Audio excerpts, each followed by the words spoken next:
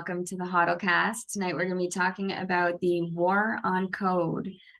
So we did have a recent OFAC sanction against the Tornado.Cash protocol on August 8th. This is a novel sanction because it's the first time that code has been sanctioned under the OFAC SDN list. Adding a protocol, it's potentially a slippery slope.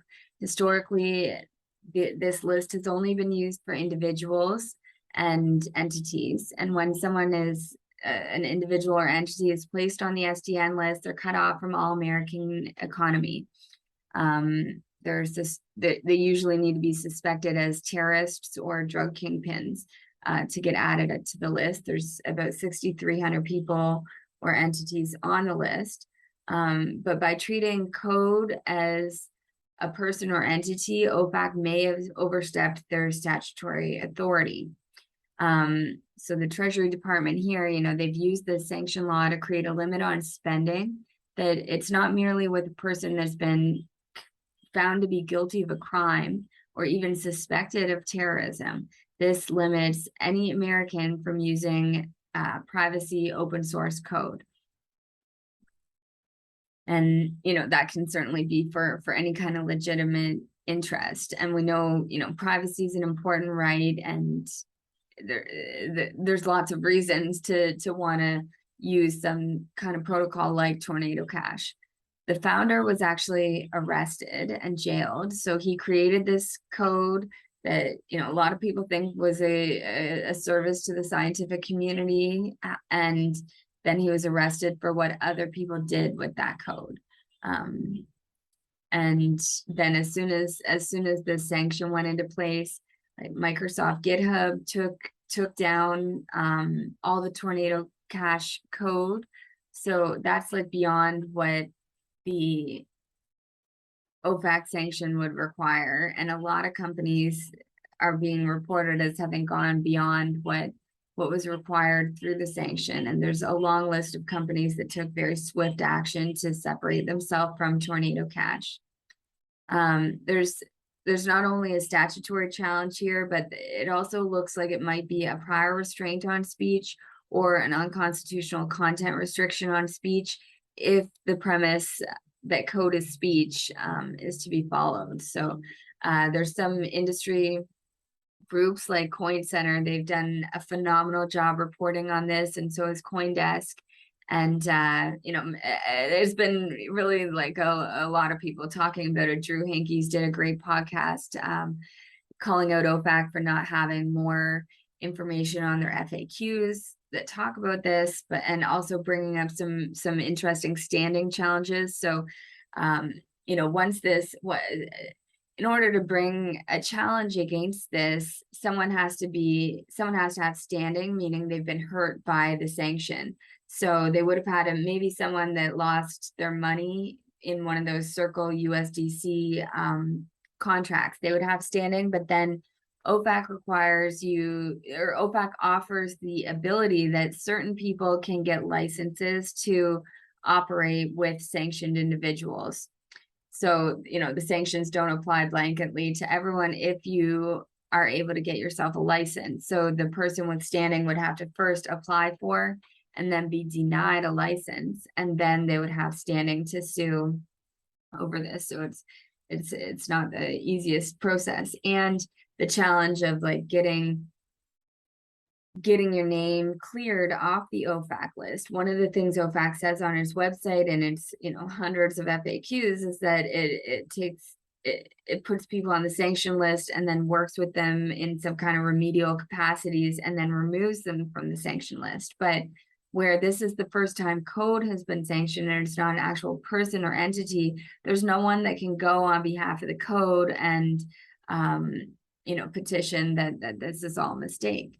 So, and that's where it might be a problem from a statutory perspective, because Obama's 2015 executive order is what gave OFAC the ability to put these kind of sanctions in place. The executive order was titled certain persons engaged in significant malicious cyber-enabled activities. That's person, and then they describe person as being an individual or an entity. Certainly doesn't describe computer code. So then the whole argument that code is speech, communication, it shouldn't lose its constitutional amendment, First Amendment protection as speech simply because it's expressed in language of computer code. Math and music scores are written in code. There's been a lot of cases looking at the different types of speech that the First Amendment protects. And one of the most eloquent writings about it came out in the, that's been cited, probably thousands of times or more since 1973, but in Miller versus California, the Supreme Court stated the First Amendment protects works which, when taken as a whole, have serious literary, artistic, political, or scientific value. So I think the argument could be made here that there's both political and scientific value in the Tornado.Cash code. And maybe even artistic or literary value, but some people have argued that code doesn't meet the standard of speech because it doesn't have any literary or artistic value. It's just zeros and ones, it's not really speech. But Sanskrit is speech, mind you, that might be like looked at some of ancient documents that are decoded. No one can understand them when they find them, but they have literary or artistic value, so they're protected as speech. But the argument for code being speech is that, well, there's scientific value to it, maybe political value, but also just because it can't be deciphered by everyone looking at it, a computer can decipher it, and then it's decipherable by people. Like it shows up as a website or whatever whatever the computer code turns into, people are able to understand it. It is communicable to humans. So it should be protected as speech. In 1991, the Board of Trustees of Stanford University versus Sullivan, the court stated the First Amendment embraces all ideas having even the slightest redeeming social importance, including the advancement of truth, science, morality, and arts in general. So, they're saying anything that advances science, which Tornado.Cash, I believe, does, that's speech. It's protected. But there are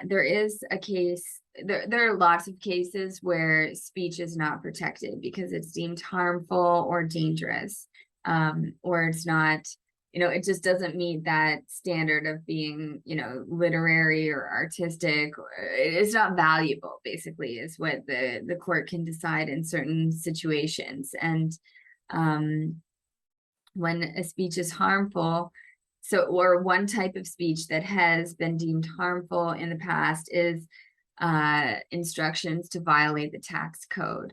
And I think that's what the government would say Tornado.Cash essentially is, which is a flawed premise, completely flawed premise. Just because the government can't peer into the transactions after they've gone through a mixer does not mean that they're de facto criminal transactions or that there's someone trying to hide from their taxes. There are a lot of legitimate reasons to protect your online privacy. In the same way that people can, choose to lock a door and close the blinds in their house, that's essentially what having a mixer is. It's like closing the curtains on your previous wallet address. And if you think of cash, the government is not able to peer into a convenience store's cash the way that it could their bank account. That doesn't mean that convenience store is de facto hiding anything because they operate in cash, or that they're not paying their full taxes just because the government has a harder time to audit the cash trail than it does the bank account trail. So I think that's, I think the government would rely on that case saying, oh, well, this code is bad, it's harmful, it's not speech, but there's so many arguments otherwise. So then if that premise that code is speech is to be believed, and I certainly, wholeheartedly believe it myself, then we have two restrictions on speech happening. there's two lines of argument. There's the prior restraint argument and the content restriction argument. So prior restraint on speech is the worst kind of restriction because it doesn't allow the speech to even be said in the first place. It's the most chilling for a free society to have prior restraints on speech. If we're going to have free speech, you should be able to say what you're going to say. And then if there's a defamation challenge afterwards, or the government deems that that certain speech is harmful, sure, don't give it the protections. Well, not sure, like, I think everyone should fight for every protection on speech always, but at least if the speech is said, then there's a conversation where people can disagree or argue about it. But if the speech is restricted before it's even allowed to be said, that's very chilling. And that's exactly what this OFAC sanction did. OFAC sanctions are strict liability. So there's no prosecutor, there's no judge that needs to make any kind of public showing of fact to add a name or now code to this sanctioned persons list.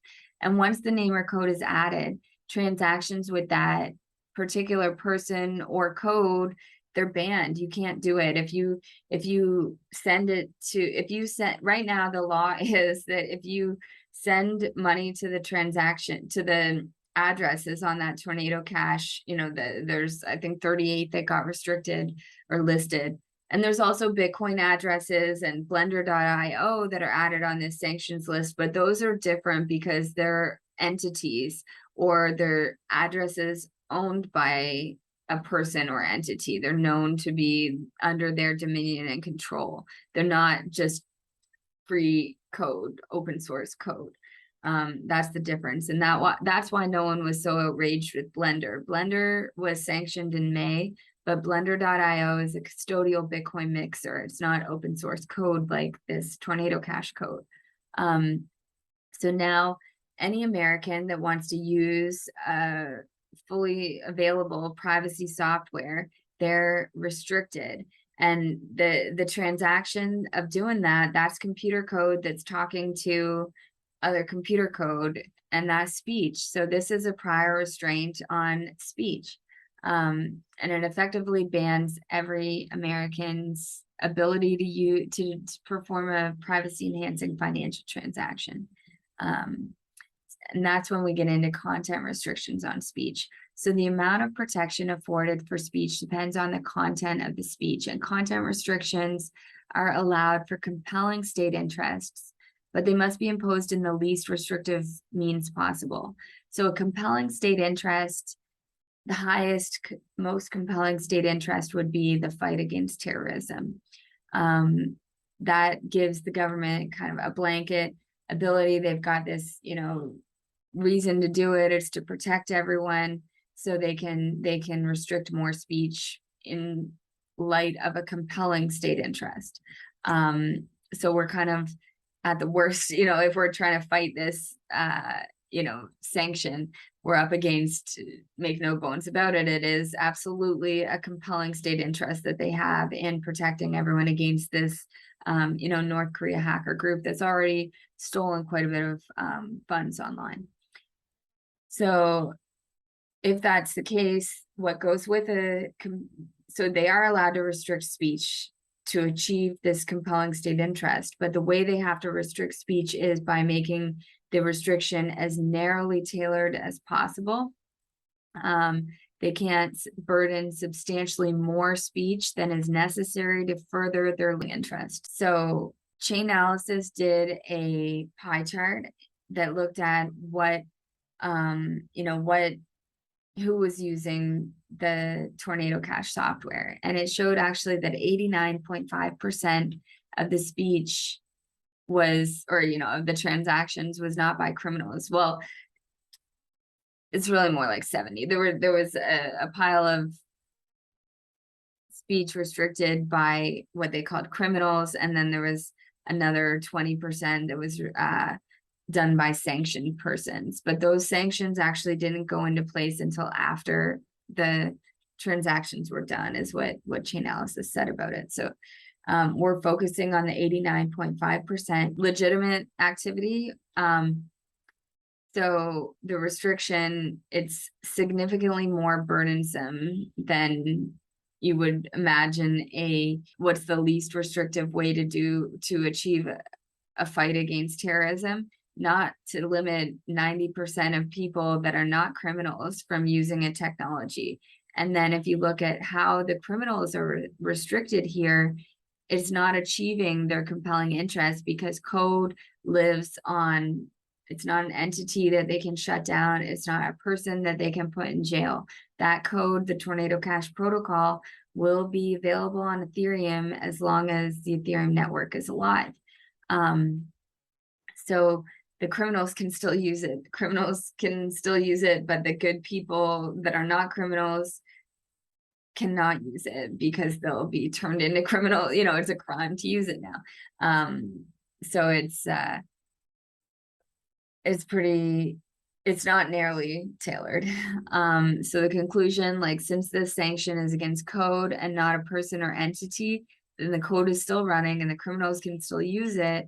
It's really difficult to see the legitimate purpose of this, novel and slippery slope type of sanction. And I hope there's some way to fight this or challenge it, because, when I say slippery slope, like, what happens if they just say the Bitcoin, blockchain, any Bitcoin transaction, they can't, some criminal used that code and now all that code is not available for everyone else to use. That's essentially what happened here. So we're following this and thanking Coin Center for all the work they're doing on the whole industry's behalf. Thank you.